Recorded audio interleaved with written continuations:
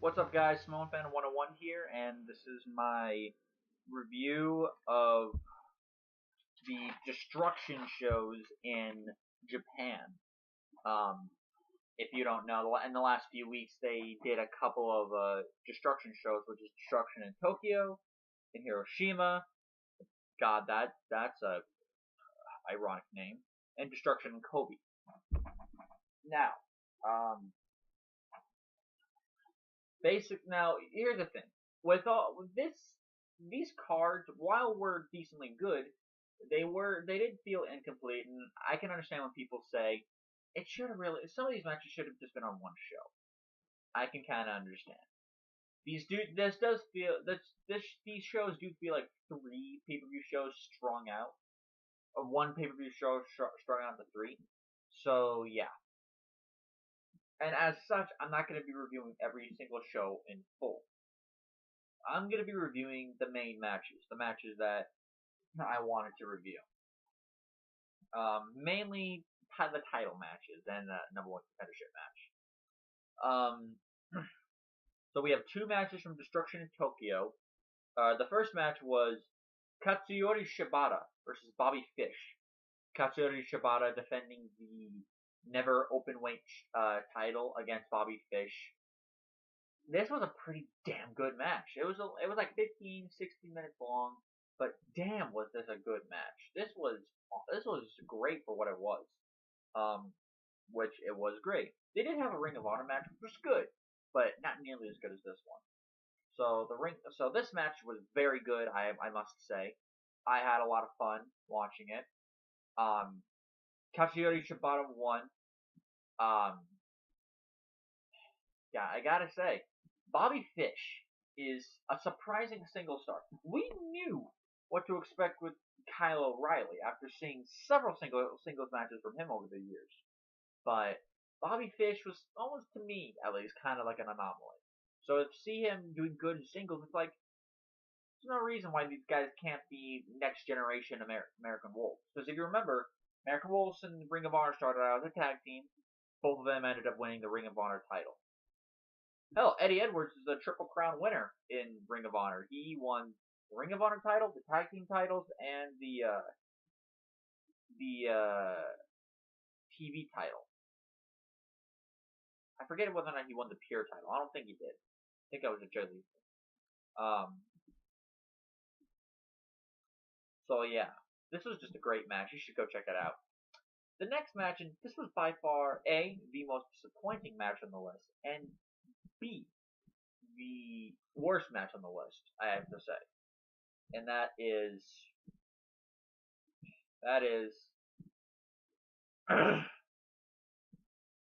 Kushida, who is a great wrestler, by the way. Kushida defending the IWGP Junior Heavyweight title against Bushi, who is a member of the Los Ingobernables de Japón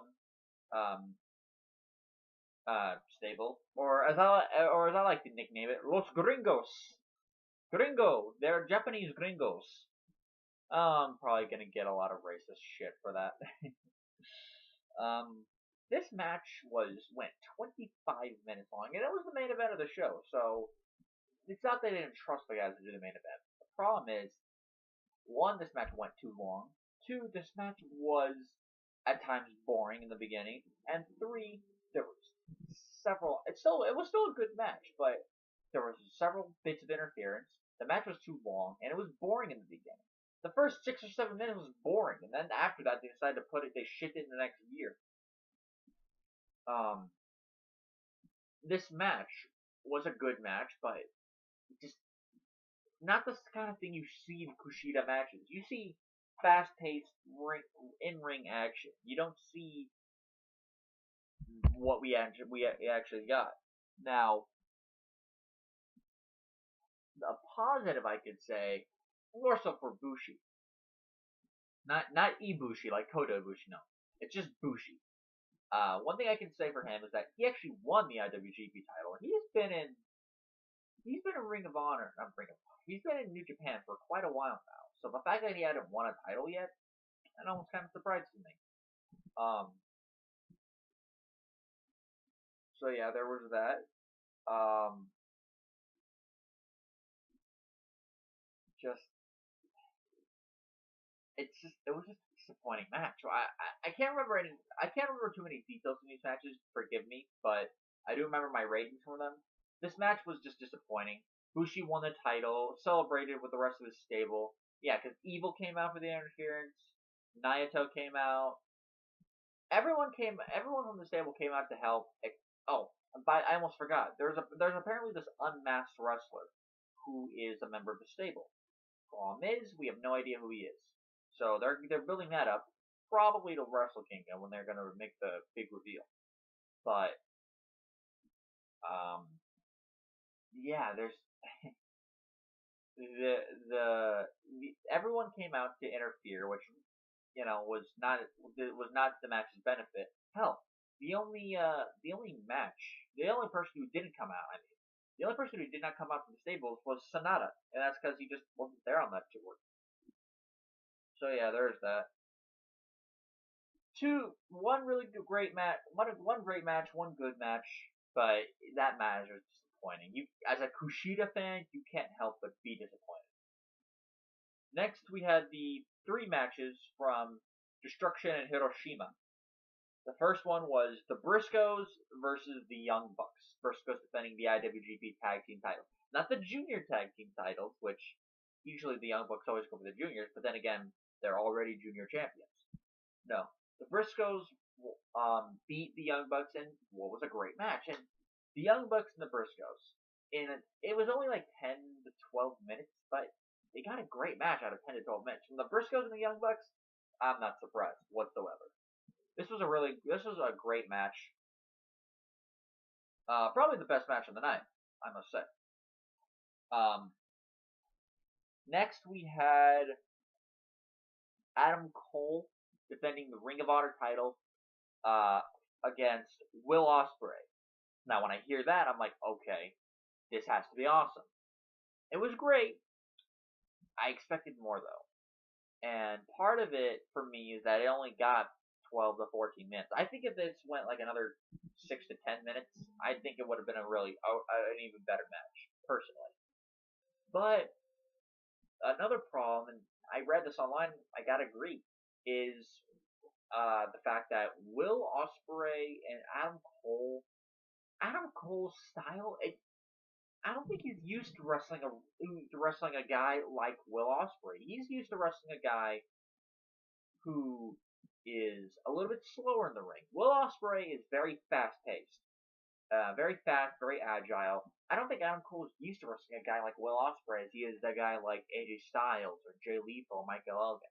Like, Jay Lethal's fast and athletic too, but he isn't freaking agile and athletic like Will Ospreay is. Will Ospreay is something else. But Jay Lethal is a little bit different from that. He's more, I guess you could say, appropriately sized. Will Ospreay is skinny, long, and freaking fast as hell. Cole is not used to wrestling a guy like Ospreay. And we still got a great match, but there was a couple of times when you could tell, that you could tell like there was a botch, or that mainly from Adam Cole, he mainly missed his cue. And again, I just think it goes to the fact that he doesn't really wrestle junior heavyweight guys. I know offense to Ospreay, but that's exactly what he is in New Japan, a junior heavyweight guy. Cole was he's used to wrestling guys who are a little bit slower, still agile, but a little bit slower, not as crazy happy, you could say. That being said, this was still a great match. Cole won with the last call, which is I forget what kind of a move it is. Think AJ Styles Ushigoroshi that he always uses, and it's more aimed at the head. It's like a vertical Ushigoroshi to the head. That's basically what it is. And devastating finisher. Either that or it's a brainbuster. I forget. I'm pretty sure it's the knee to the head, like a suplex knee to the head almost. It was still a great match, and Cole won. Some people I just gotta say this. Some people debated whether or not Cole, like the Ring of Honor title, is actually a world title. Well, it was defended in Europe years ago, and it was defended in Japan. It's a world title. The NXT title, technically, is a world title. It was still defended in the company, but let's look at where it's been defended. It's been defended in the UK and in Japan. And it's going to be defended in Canada. I'd say it's a world title.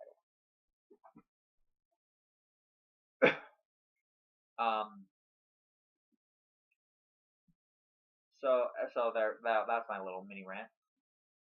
Next, for the main event of the Hiroshima show, we had Kenny Omega defending his #1 contendership of the IWGP title against Yoshi-Hashi. The only reason why he did that is because Yoshi-Hashi, during the G1 Climax tournament, actually beat him in one of the matches. So Omega is in a case where, yes, Yoshi has a legitimate claim. He beat the #1 contender, so maybe he should go for it. That's usually been the rule. If you beat the #1 contender, you tend to go for #1 contendership by facing him again. Kenny Omega came up the better man this time. He won the match. I believe only a little bit of help from the Young Bucks, but other than that, it was mainly a straight up match. Or maybe it was, yeah. I was about to say, like, maybe it was the Cole Ospreay match that the Bucks helped out. But I was pretty sure it was this one. Yoshi-Hashi's hair, though. Look at his hair. His hair usually never looks like that. This time he was like a freaking British. He was like a Hannibal Lecter. He's a British guy with his hair slicked back, except he was Japanese. But his hair was still slicked back. I don't know what the hell was going on with that hair. Maybe he should leave it crazy, because we like Hashi as crazy. It was still a very good match, though. We'll say. Now on the Destruction of Kobe shows, again, only 2 matches. We had Adam Cole and the Young Bucks, who are the never openweight 6-man champions, facing off against David Finlay, Ricochet, and Satoshi Kojima. And in case, just for you guys to know, yes, David Finlay, the son of Fit Finlay. He's been in New Japan for a while, but mainly just in the beginning matches, like tag team matches. This is a chance for David Finlay to shine. So let's see how he does. So this was a fun match, I have to say. A very fun match, fast paced. All 6 guys got a good amount of action, especially David Finlay. I gotta say, David Finlay actually impressed during this match. He wasn't like Ricochet level, but he did pretty good. Kojima, didn't do that bad either. It was just a very good 6-man tag team match. The winners of the match was the team of Kojima, Ricochet, and Finlay. Just a very good match. I think it was Ricochet that got the pin, if I remember correctly. I forget. I forget how the match ended exactly. I'd have to go back and rewatch it. But it was still a great match, or at least a very good match. I actually liked it very much. It was a lot of fun. With that said, on to the main event, which was out of these 7 matches, so it was almost like a full pay-per-view card. See what I mean? Out of these 7 matches, this one was by far the best. It was Michael Elgin defending the IWGP Intercontinental title against Tetsuya Naito, who, again, he was the champion going in. Elgin was the champion going in. Sorry. What we ended up getting was a clinic of a match. This match was awesome. I don't know whether or not this tops their match in G1. If not, it's pretty close. They're like neck and neck. But this was a great match. Again, not too much interference from the outside. Evil did interfere, I think, but Mike Elgin turned that around pretty quickly. But still, it was a very, very good. It was a great match. This was a freaking awesome match. I don't know what else to say. Tetsuya Naito did win the match. The last couple minutes was very fun, with Naito trying to get the Destino move on him, Elgin reversing it into that, not a sidewalk slam, but it was like a It was like a spinning slam where he spinned it from like one arm to the other, which is a really cool looking move. That actually should be a finisher because it looks awesome. Um, and then after countering the Destina into a Destina-like move, Naito hit it a third time or a second time in full sequence, um, and pinned Michael Elgin pretty much clean for the win. A lot of clean wins on these shows, even from the heels.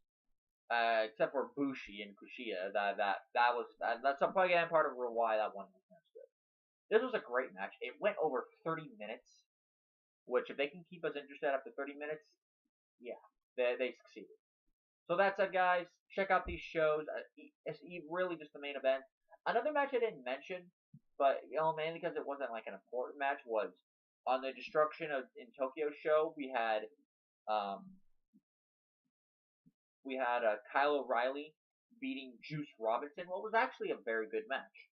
For those of you who don't know, Juice Robinson is NXT's former CJ Parker. Yeah, CJ Parker's in at New Japan. Shocked me at first too.